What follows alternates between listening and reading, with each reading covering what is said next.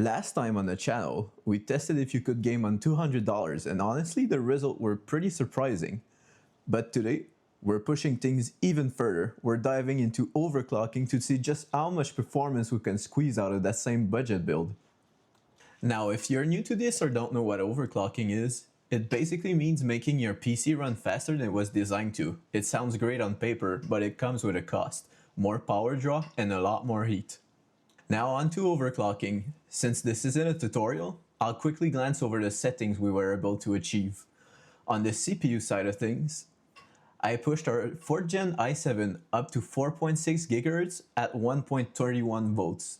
With the cache running at 4.4 GHz, that's a solid jump from the usual 4 GHz this chip normally runs at.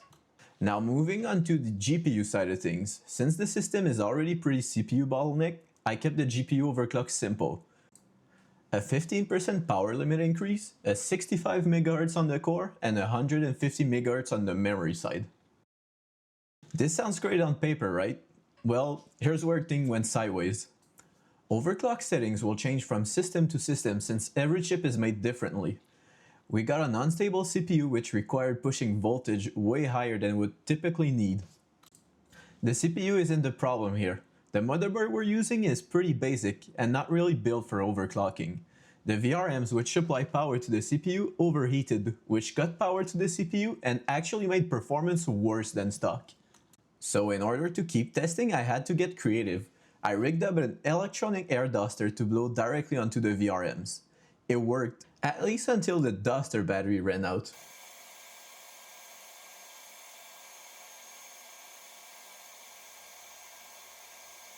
Now with the cooling hack in place, I was able to run most of the benchmarks. Here's how it went.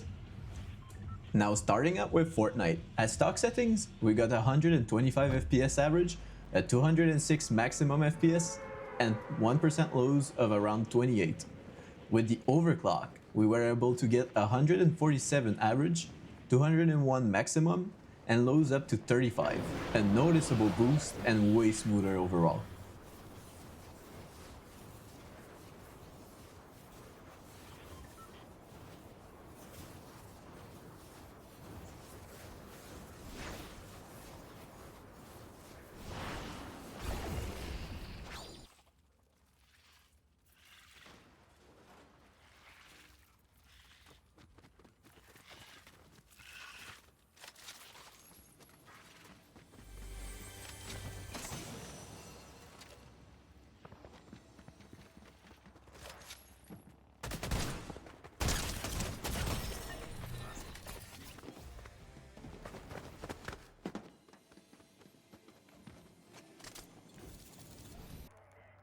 Battlefield 6 Beta is where we improved the most.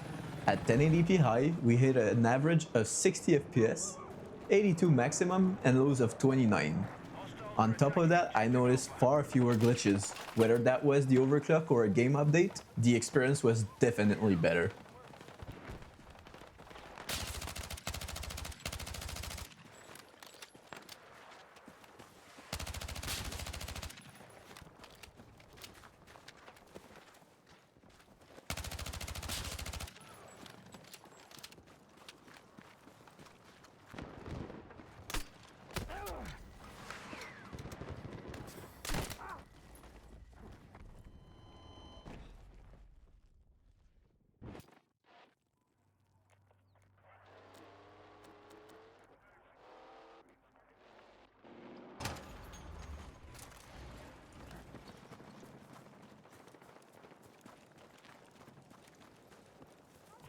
Targeting objective Bravo.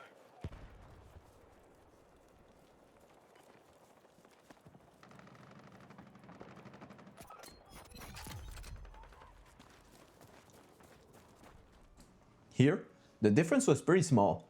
Stock gave us about 50 FPS, and with the overclock, we hit 53 average, 66 max, and lows of 40. The real improvement was the micro stutters disappearing, which made the game feel smoother even if the numbers didn't change much.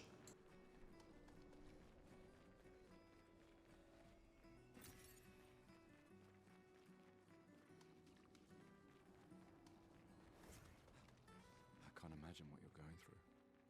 I'm fine. I'm I'm fine. I've lived 33 good years. Look around. We've had our whole lives to prepare. We're all fine. Mostly. I'm not fine. You will be.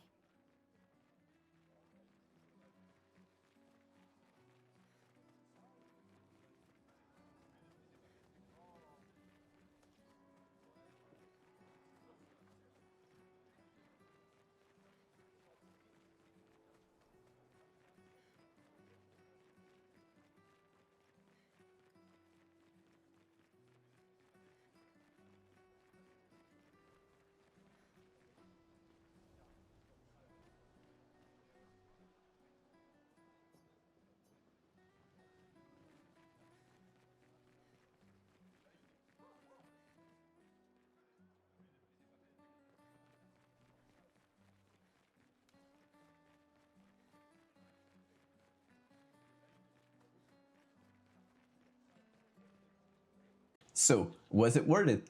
For the most part, yes. Overclocking gave us smoother gameplay and better FPS, especially in CPU-heavy titles. But the weak point here was the motherboard.